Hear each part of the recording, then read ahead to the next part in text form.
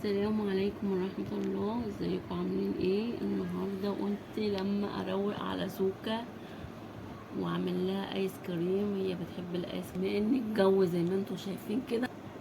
قلت بقى لما اروق عليها واعمل لها ايس كريم تعمل دماغ كده زي ما حضراتكم شايفين. هي عارفين طبعا الجو حر قوي، والرأفة بالحيوان حاجة حلوة قوي. حرانين برضك. ايه يا سوكا، خدتي غرضك؟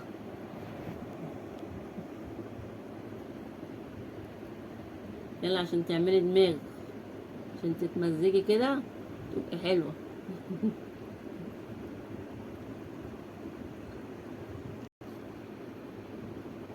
بس اللي عنده قطة كده يعمل لها ايس كريم كده عشان ترطب على نفسها تعمل دماغ. جربوا بس كده، هتلاقي القطة بتاعتكم عاملة دماغ كده ومبسوطة.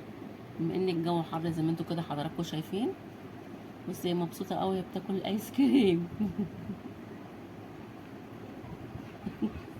قربت تخلصها. الف هنا وشوفي يا زوك. تحب الشوكولاتة بردك قوي. حلوة يا سوكا. بصوا. خلصتها يا والله.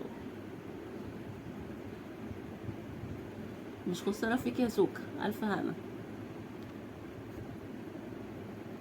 يلا كلي كلي خلصيها بقى منها. لما بمشي بلاقي حد مثلا حاطط حبة مية، قطة تشرب، كلب. انتوا عارفين ان مرة واحد ماشي لقى كلب مش لقى قلع الحذاء بتاعه، حط له مية وشرب، وربنا دخله الجنة بسبب ان هو سقى الكلب. الرأفة بالحيوان حاجة حلوة قوي، لازم نرأف بالحيوان. الله، اشوفكم في فيديو جديد. مش تسوق.